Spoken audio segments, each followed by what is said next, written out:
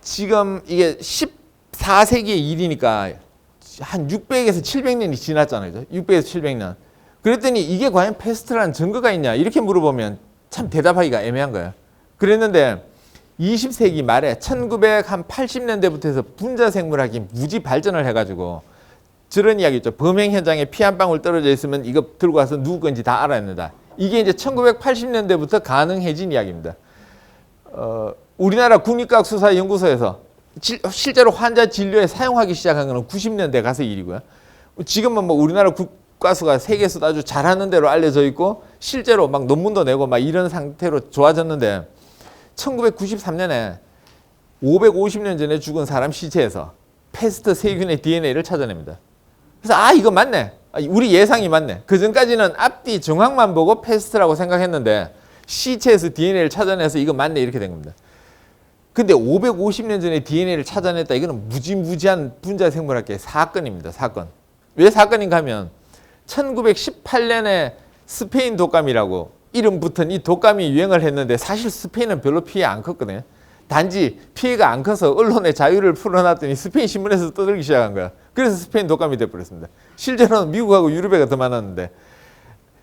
근데 그 스페인 독감이 뉴스 나올 때 대부분은 A형 독감이고요. 그러니까 B형, C형 이런 말 안 하면 그러면 A형 독감입니다. A형 독감이고 H1N1, H1N1 이런 숫자를 사실 유심히 보셔야 됩니다. 그냥 조류독감, 돼지독감 이건 아무 정보도 없고요.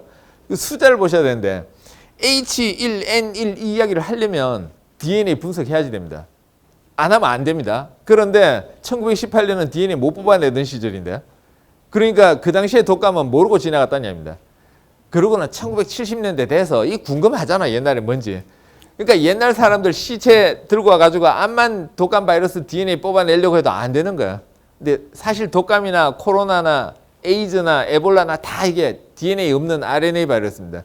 그래서 RNA 뽑아낸 다음에 이걸로 DNA를 만들어서 분석해야 되는데 근데 여러 사람들이 1918년 거를 찾아내려고 하다가 실패를 했고요. 이유는 수십 년간 DNA가 시체 속에서 보관이 안 되는 겁니다.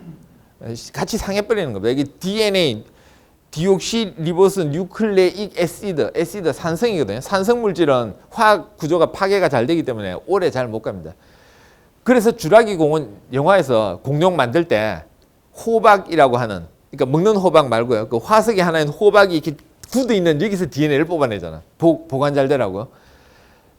근데 이 뽑고 싶은 학자들이 나는 기를 쓰고 이거 DNA 뭔지 알아야 되겠는데 하고는 두 팀이 성공을 하는데 한 팀은 에스키모 마을에 가서 에스키모 마을은 춥잖아. 추우니까 얼음 속에 갇혀 있어서 시체가 보존이 잘 돼서 여기서 그 독감 바이러스의 RNA를 뽑아서 DNA 만들어서 분석한 게 H1N1이다. 이랬고요. 또 한 팀은 그 당시에 이 편도선 절제술 받은 사람. 목이 굵어져 가지고 떼낸 다음에 의과대학 같은 데 보면 이렇게 액체에 담궈서 보관해 놓은 표본들 있잖아요. 여기서 찾아냅니다. 그래서 H1N1이 맞다. 지금은 아무도 시비를 안 거는데 1918년 것도 이렇게 힘든데 전 세계 수십 팀이 덤벼들어서 딱 두 팀 성공하는데 14세기, 15세기 DNA를 어떻게 찾아냅니까? 그러니까 찾아냈다라고 하니까 우와 대단하다라고 하는데 이 기술이 점점 발전해가지고 지금 뭐 이집트 미라의 DNA에서 뭐 남자니 여자건 이런 소리 하고 있죠. 뭐 제가 이 분야를 하다가 자꾸 갈아탄 이유가 남들이 열심히 잘하는 속도를 따라가는 게 너무 힘든 거야. 그래서 아예 전공 바꾸자 이렇게 갔습니다. 전 세계 다수의 의견은 중세를 멸망시킨 감염병 패스트 맞습니다. 맞는데 미국의 이 부부 교수가 이거 아니다. 아니고 바이러스가 원인이다. 역사적으로 세균이 일으키는 병이 이렇게 유행한 적은 없다. 지금 코로나도 마찬가지고 요새 나오는 거 다 바이러스입니다. 신종플루, 뭐 지카 바이러스, 뭐 메르스, 하여튼 다 바이러스인데 14, 15세기에 그때 그렇게 패스트 세균이 역사를 봐라 이렇게 큰 난리를 친 적이 언제 있었냐 하고는 여러 가지 증거로 바이러스라고 주장을 하고 계시는 분이 계십니다. 근데 이제 우리가 그걸 꼭 알고 싶으면 더 노력할 텐데 뭐 굳이 알아야 될 필요 없으니까 그냥 논쟁 중인 상태입니다. 그래서 이제 패스트라고 하는 세균이 14세기에 징기스칸이 유럽 침략할 때 퍼져나가서 이게 중세를 멸망시켰다 이런 이야기를 하는데 이제 여기 혹시 세계사 선생님 계시면 저보다 이제 더 잘 아시겠죠. 중세와 근대를 나누는 기준은 서양 사람들 기준은 1453년입니다. 1453년에 동로마의 중심지 터키 이스탄불이 이슬람 세력들한테 확 막 먹히게 됩니다. 그죠? 근데 1453년에 먹혔는데 사실은 이슬람 세력이 점점 커져 오니까 그 이스탄불에 있던 사람들이 슬슬 도망을 치기 시작했습니다. 그 전부터. 그래서 15세기 초에도 이미 지식인이라고 할 수 있는 사람들이 많이 도망을 쳤고 도망을 쳐서 간대가 이탈리아로 가니까 이탈리아에 그 당시에 제일 잘 나가던 그 메디치 가문이 있던 피렌체로 갑니다. 그래서 피렌체에 갔더니 메디치 가문이 아이 그래도 멀리서 온 손님을 어떻게 내쫓을 수 있냐. 묵을 때까지 여기 계시면 식사는 드리겠다. 그 조선시대 손님 치듯이. 그런데 자꾸 오니까 집이 충분히 늘지를 못해서 한 방에다가 여러 명씩 집어넣은 겁니다. 그랬더니 거기 앉은 사람이 어디서 오셨어? 그랬더니 이스탄불, 옛날 이름 콘스탄티노플. 그랬더니 아 나도 거기서 왔는데 뭐 하셨어? 이러면서 이제 이야기를 한 거 이게 바로 융합의 시작이다라고 이야기를 하죠. 그러니까 자기 전공이 다른데 여기서 막 이야기를 하다 보니까 새로운 게 막 태어나는 겁니다.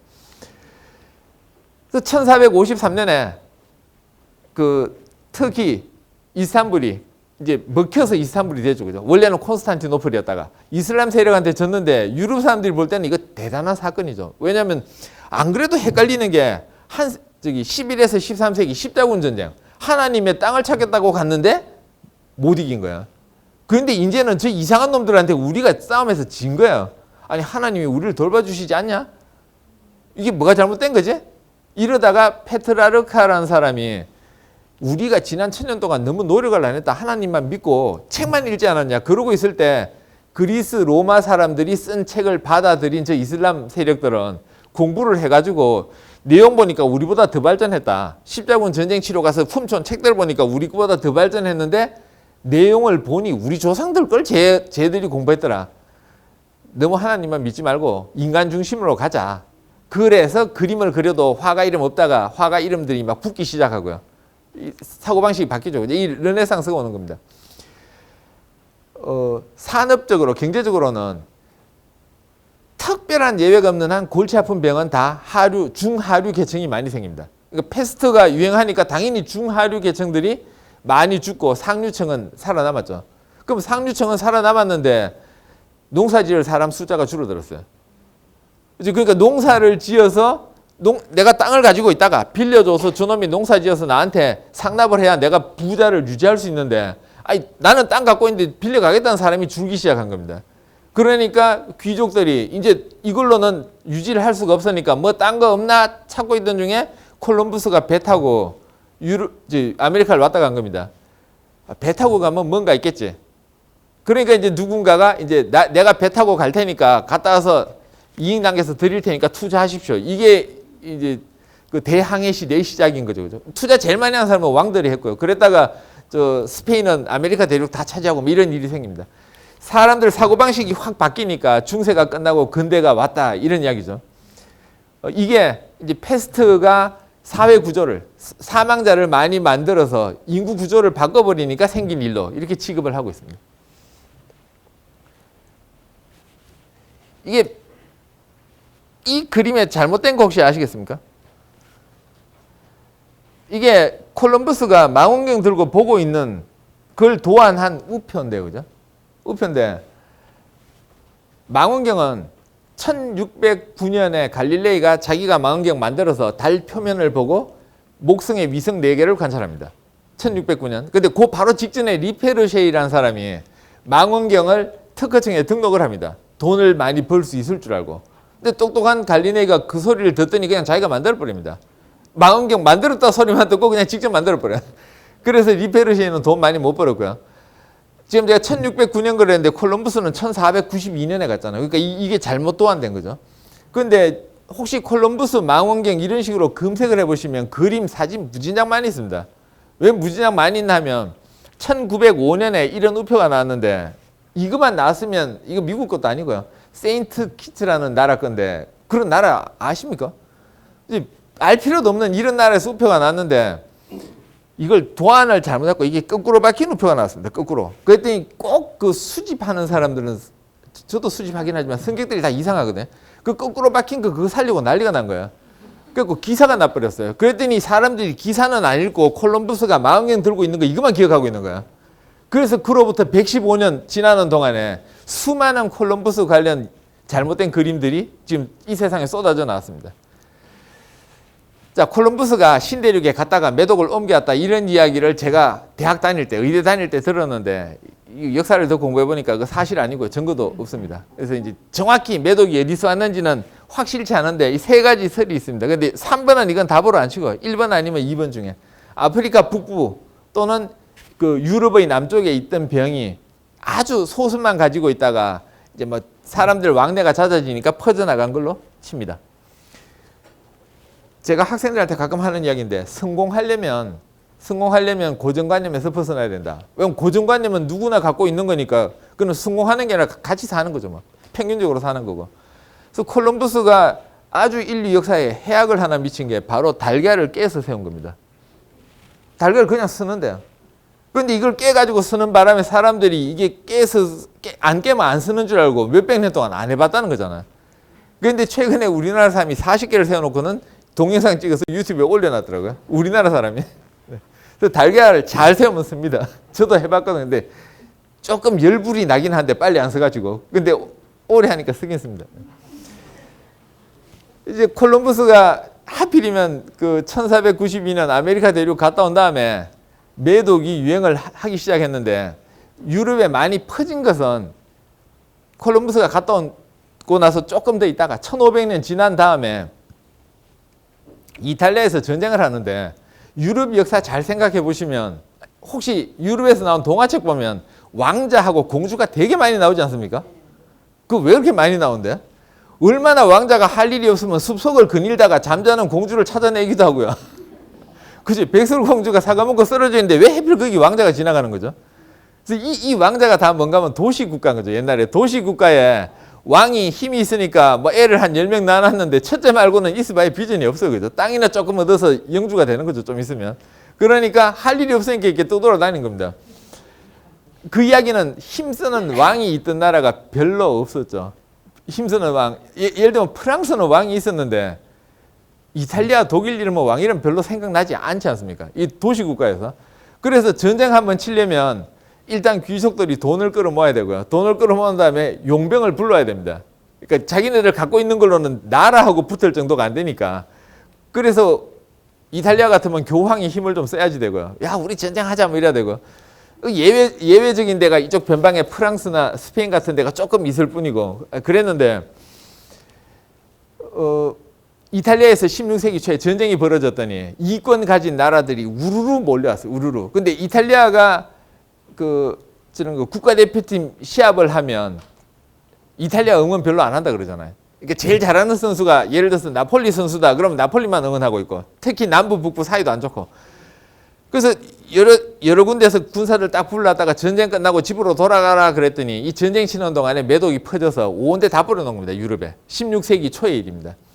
그랬더니 이 스위스 출신의 이름이 무지하게 긴, 하도 길어서 부를 수 없는데 무지하게 깁니다. 그런데 지가 지 이름을 마음대로 바꿔버렸어요. 파라셀수스라고. 왜 바꿨냐면 예수님하고 나이가 비슷한, 그러니까 1500년 전에 있었던 학자가, 셀수스라는 학자가 책을 썼는데 이게 1500년 동안 발견 안 되고 있다가 이때 발견된 겁니다. 그랬더니 이 파라셀수스가 내가 그 사람보다 낫다 하고 자기 이름을 바꿔버린다. 파라셀수스로. 근데 이거 안 바꿨으면 우린 이름 부를 수가 없어요. 하도 길어서 이렇게 종이에 쓰면 한 2줄 되는데. 근데 이 파라셀수스가 약에 대해서 관심이 많아서 약에 대한 책을 씁니다. 그러니까 이런 약을 먹으면 된다. 근데 대부분은 약초고요. 대부분. 가끔 아닌 게 있는데 그때 하도 매독이 유행하니까 이 수은을 치료제로 쓰자라고 제안을 했죠. 근데 문제는 수은을 많이 쓰면 다른 병이 생깁니다. 그래서 쓰기도 하고 안 쓰기도 하고 아주 심하면 써봤더니 아니 치료를 하려면 약할 때 써야 낫지 심할 때 쓰니까 이거 뭐 잘 낫겠습니까? 조금 낫는 듯 하다가 수은 중독으로 또 치료 안 하고 뭐 이런 일이 반복이 됩니다. 그래서 16세기 초에 전쟁 났을 때 이게 많이 퍼졌다는 이야기고요. 그러다 보니까 이제 매독이 아까 매독 몸에 보기 싫은 흉터를 남기고 결국에는 이건 죽습니다. 시간이 많이 지나면. 그래서 그 뭐 한 반세기 이상 전에 나온 물랑 루즈라는 유명한 영화에 보면 여자 주인공이 매독 환자로 나오죠. 맨 끝에 죽는 걸로.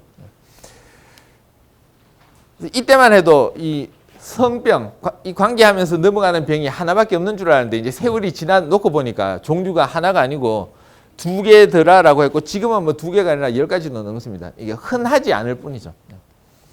그래서 매독 해결된 거는 20세기에 가가지고 해결이 되는데 여기 에를리히라고 하는 독일 사람이 1908년에 노벨상을 받았는데요.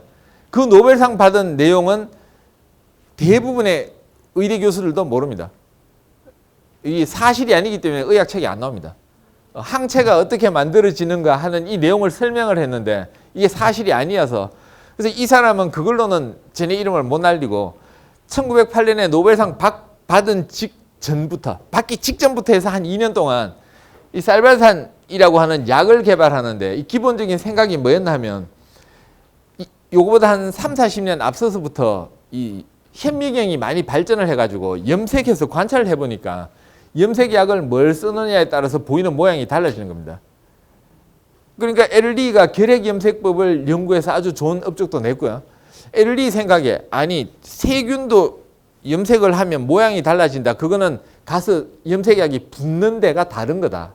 그러니까 다르게 보인다. 그러면 사람 몸에 페인트 칠 이런 걸 하면 그러니까 이상을 바르면 우리 움직이기 불편해지잖아. 아니 세균 요 눈에 보이지 않는 요거 염색 잘해놓으면 죽겠지. 그치? 뭐가 달라붙으면 꼼짝 못하고 죽겠지. 이 생각으로 달라붙는 걸 찾아내자. 달라붙는 거. 이게 기본적인 약의 개념입니다. 그래서 달라붙는 걸 찾다 보니 달라붙는 걸 찾은 게 아니라 아예 약을 찾아버린 거죠. 이게 인류가 만들어낸 최초의 합성약. 그러니까 이 세상에 존재하지 않는 물질을 만들어서 약으로 쓴 겁니다. 근데 지금은 이때부터 해서 지금 110년 지나는 동안에 합성약 무지하게 많이 나왔고요.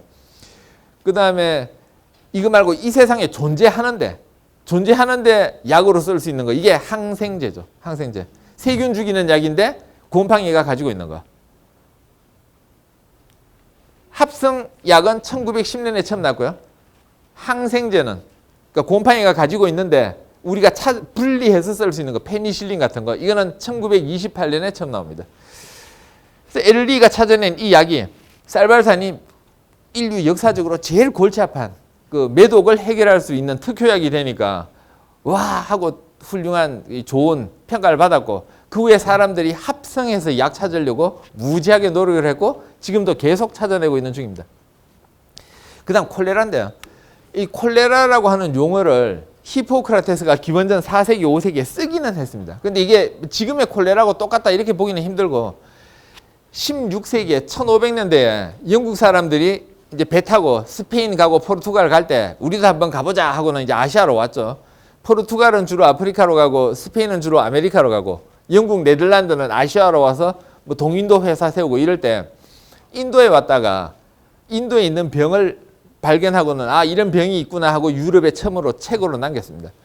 그래서 인도에만 있던 이 별로 퍼지지 않은 물 잘못 마시면 옮겨가는 이 콜레라가 19세기에 아시아 지역과 유럽 지역에 무지하게 대유행을 여러 번을 일으킵니다. 그래서 우리나라도 순조 임금 때 1800년부터 왕이 된 순조 임금 시절에 이 콜레라가 유행한 기록이 남아 있습니다.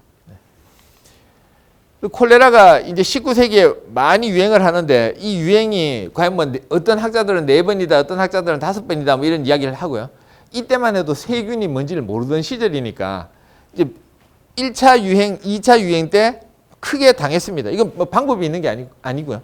이제 3차 유행 때 이 1850년대에 나이팅게일이 활동을 하게 되는데 그 나이팅게일이 활동하던 그 시절에 나이팅게일이 영국 귀족인 나이팅게일이 이 크리미아 전쟁 치러 멀리 와가지고 이 귀족이 안 와도 되는데 여성들 이끌고 와서 전쟁 도와주던 그 시절에 런던에서 존 스노우라는 의사가 이 콜레라가 그 세균에 의해서 물 잘못 마시면 생기는 그런 사실을 알아냅니다. 근데 그때 이탈리아의 파치니가 콜레라균을 발견은 했어요. 발견은 했는데 이게 콜레라를 일으킨다는 걸 모르고 지나가죠. 모르고 지나가서 29년 있다가 독일의 로베르토 코어가 콜레라를 일으키는 세균을 찾아내기만 한 게 아니고 이거를 왕창 키워서 숫자를 늘린 다음에 다시 먹어서 콜레라가 생기는 것까지 증명을 합니다. 그래서 19세기에 콜레라가 유행할 때 4번에 걸쳐서 크게 유행을 하는데요. 1차, 2차 전반부는 별로 소득 없이 지나가고 3차 유행할 때 1850년대 그 런던에 있던 존 스노우 의사가 요 죽은 지도 그려놓고는 죽은 사람을 하나하나 집집마다 표시한 겁니다. 이렇게 해봤더니 펌프를 공급하는 회사가 2개가 있는데 이걸 유식하게 옛날에 상수도라고 하죠. 펌프로 물 퍼올리는 거. 회사가 2개가 있는데 한 군데 회사에서 공급하는 물이 있는 집에 사는 분들만 집중적으로 죽은 겁니다. 예외는 딱 2명. 그래서 그 딱 2명을 또 스노우가 찾아가가지고 그 사람이 저쪽으로 건너가서 물 마시고 왔다는 이야기까지 다 듣습니다. 그래서 이게 물이 원인이다. 그러면 물만 깨끗하면 된다. 이렇게 해서 물이 원인이다. 이 사실을 존 스노우가 찾았고요.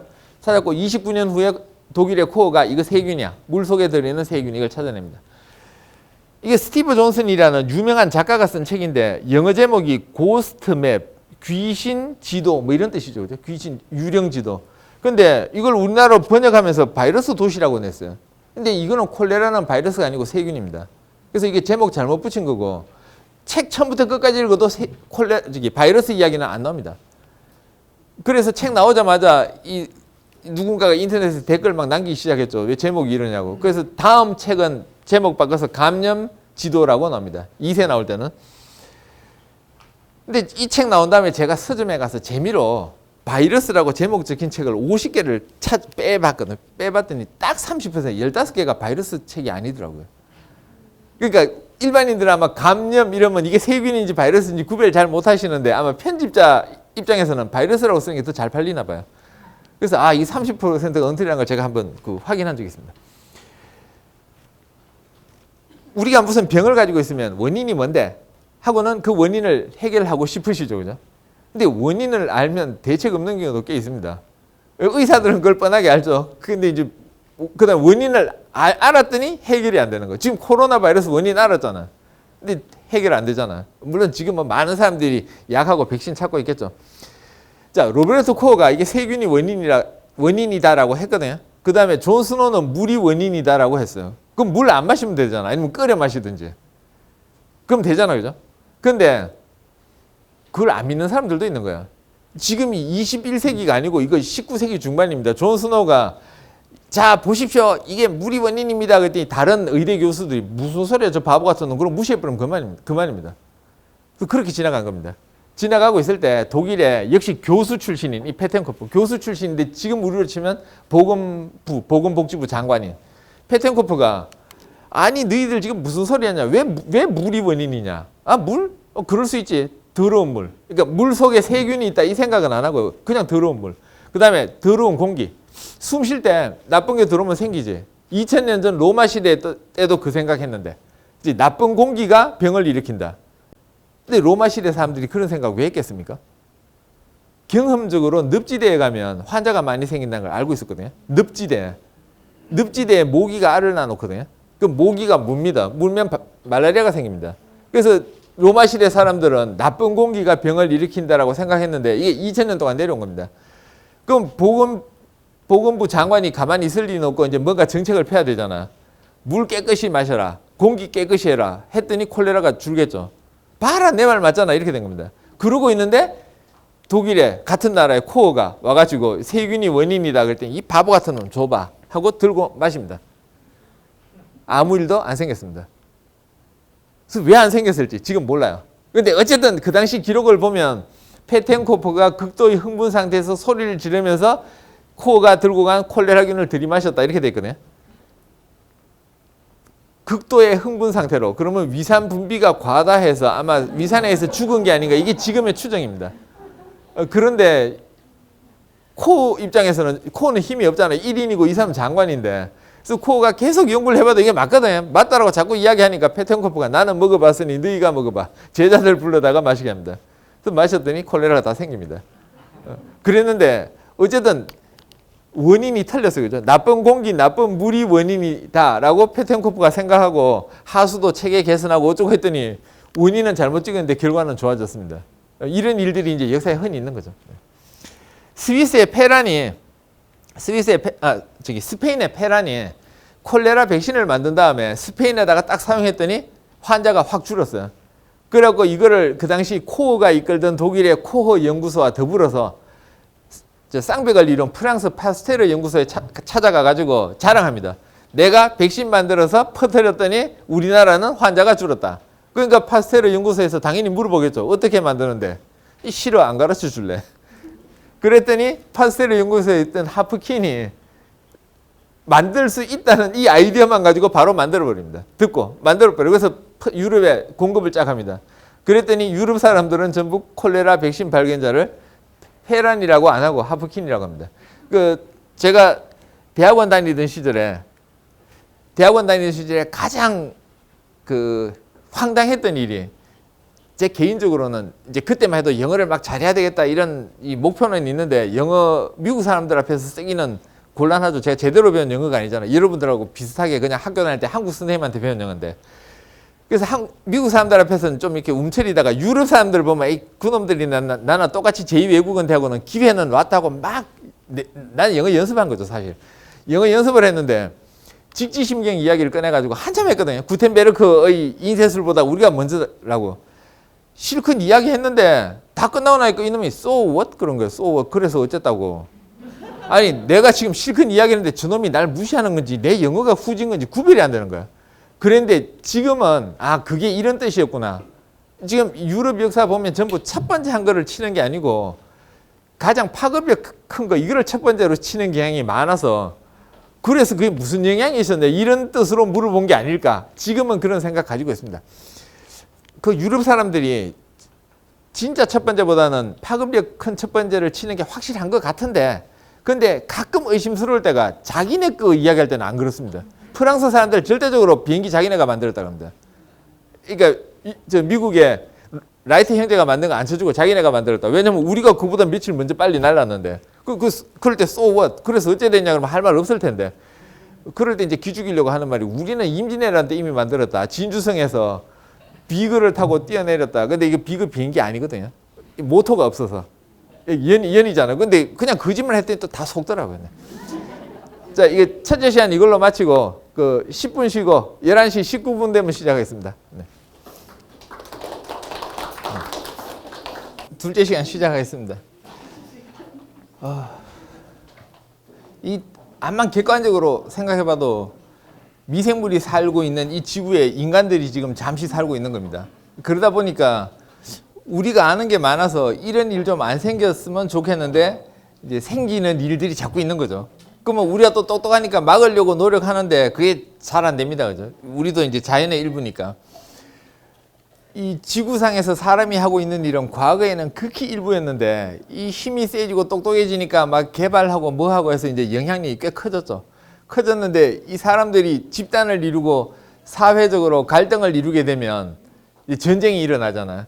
그래서 전쟁이 일어나면 피해가 무지하게 큰데, 가끔 이 역사적으로 보면 전쟁 일으킨 사람들 중에 과연 저 사람이 제정신인가 싶은 경우가 가끔 있습니다. 그러니까 이유가 없는데 그냥 전쟁을 일으킨 경우. 지금도 미국이 딴 나라 가서 예를 들면 걸퍼전 뭐 이런 전쟁 일으키면 일부는 그런 소리 하죠. 미국 군수 산업체에 재고가 많이 쌓였나 보다. 뭐 그런 이야기를 하는데 사실 여부는 저는 모르겠고요. 근데 그렇게 의심받을 만한 경우가 있다는 거죠. 지금 이제 오늘 나머지 시간 동안에 전쟁 이야기를 하려고 하는데 간단히 5가지 이야기를 해보겠습니다. 알렉산더가 만약에 안 죽었으면 어떻게 됐을까? 알렉산더 기원전 4세기에 딱 12년 동안 왕이었거든요. 4세기에 12년 동안 왕이었는데 그 이전에 아무도 하지 못한 만큼 땅을 많이 차지했죠. 물론 그 기록은 나중에 가서 징기스칸이나 이런 사람한테 다 이제 기록이 깨지게 되는데, 그럼 12년 동안 마케도니아라고 하는 별로 크지도 않은 나라를 통치한 알렉산더가 어떻게 이렇게 많은 땅을 차지했고 안 죽었으면 어떻게 됐을까? 왜 죽었냐? 뭐 이런 이야기를 이제 전쟁 관점에서 한번 보겠습니다. 이 지도 놓고 보면 여기서 출발해서 이렇게 갔다가 이렇게 가서 이렇게 돌아옵니다.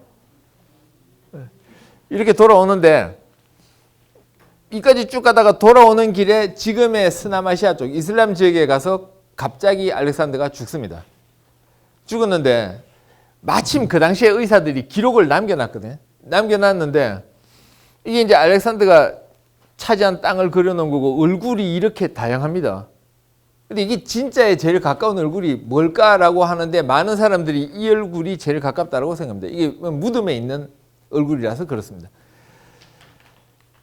자, 그런데 이 알렉산더가 왜 죽었는가 하는 이야기인데 그 당시에는 별 관심 없었죠. 그런데 기원전 4세기에 많은 사람들 생각에 열나다 죽었다라고 하는 기록이 있어서 지금 이 기록이 죽기 전에 한 12일 동안 이 의사가 남겨놓은 기록이 있는데 이 기록을 보고 열나다 죽으니까 그냥 말라리아라고 생각한 겁니다. 그래서 지금도 만약에 시험 문제로 나오면 말라리아라고 써야지 이 다수의 학자들이 동의하는 답이 됩니다. 근데 말라리아 이러면 좀 폼이 안 나잖아요.